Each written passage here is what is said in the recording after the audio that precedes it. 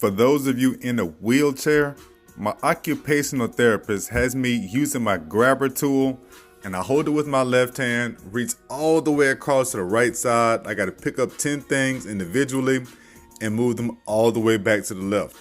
And I do the same thing with my right hand. Yo, man, that has your boy's core feeling tight. Swinging and banging with the University of Gratitude podcast, a daily show of entertainment, education, and inspiration for anybody dealing with abandonment, chronic illness, or the physical limitations. Grab your gratitude journal and let's put these stories together so we have more positive thoughts. Give me something to celebrate and recharge my ship, Professor Kendrick. When I move, you move. Just like that. When I move, you move. Just like that. When I move, you move. Just like that. Hell yeah. Hey, DJ, bring that back. Folks, Ludacris does not get the love and attention he has earned throughout his music career. But none of that has anything to do with what we are celebrating today. Today is Buddy the Elf Day. And that comes from the movie Elf with Will Ferrell. Did y'all know that movie was actually written for Jim Carrey in Learn 1993? something new every day, huh? But it didn't get kicked off. Too much was going on. People were busy.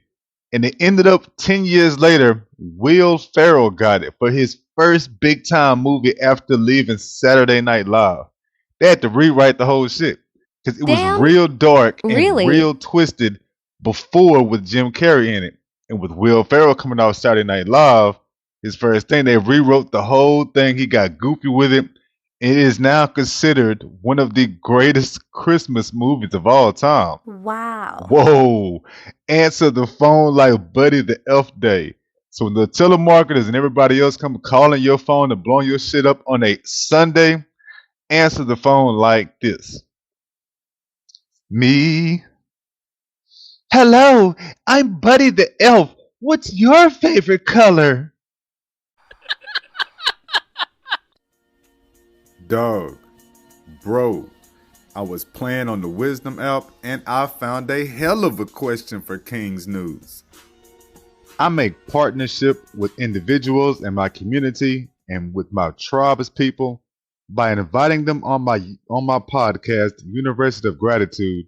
That way they can explain and show people how they get past their disabilities, how they get over the chronic illness to keep building themselves, to keep helping their families, to keep going forward. And I want to make partnership with retirement communities, with assisted living centers, with hospice facilities. I want to help them increase the trust and the activity between the residents and the caretakers. I want to lower the turnover rate of their caretakers by helping them create private gratitude journals between caretakers and residents. That way, everyone has an increased sense of value, and that way you are building the confidence of everyone at the facility. By starting private gratitude journals at your workplace, you are creating an environment where supervisors are more grateful and employees are less likely to leave. I don't want to take too long with everything else I got going on. I got my 3 gratitudes, but I'm pretty sure I'm going to run over my time limit. So let me get going with this stuff right now. Gratitude number 1. Number 1 for y'all today on a Sunday. Day number 24 on a Sunday. Sunday the 18th. December 18th. I am grateful for the new breathing techniques that my physical therapist is teaching me. I've heard so much about breathing as a kid in sports. Now you do all the whenever you're doing all, you see the athletes holding their stomach and hands on their head. Heard about that for stuff as a kid. And I have then seen and of course watched all type of YouTube videos over yoga and meditation. I've seen the videos over breath work. I never really understood any of it. All of that jazz didn't make sense to me. But I never overstood until the physical therapist began holding my hands, touching me all on the stomach, pressing in, modeling how you're supposed to do and how the lungs expand and showing me the difference. Like he's actually touching me and no, can you do this? No, can you do that? Wrong, right, wrong, right. He's actually recording videos of me, y'all. Hope him touching my stomach and recording videos of me. Trying to teach myself to.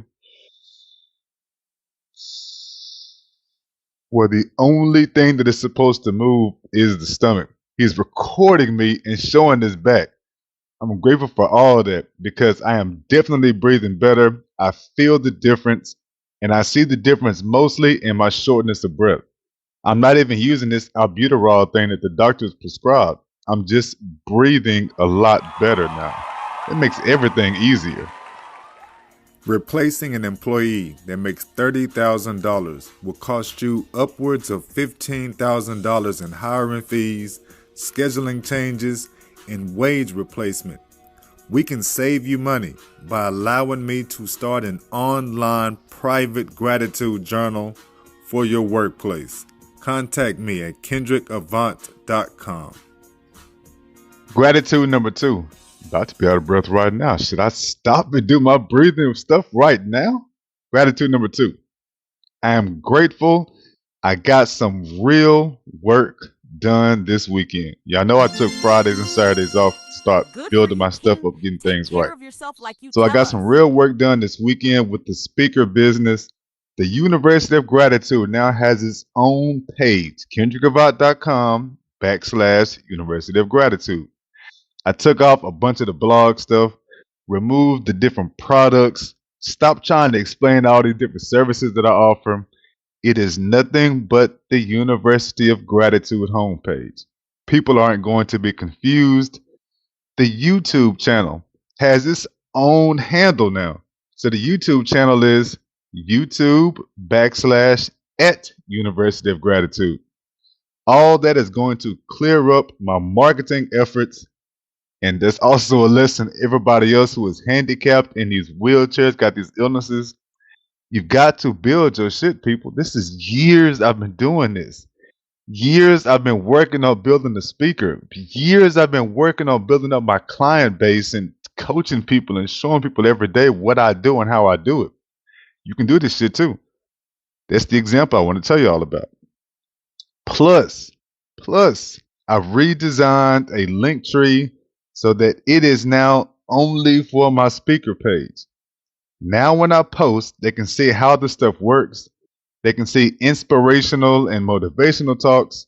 You can, of course, schedule something with me, the free 15-minute consultation, discovery calls, all that.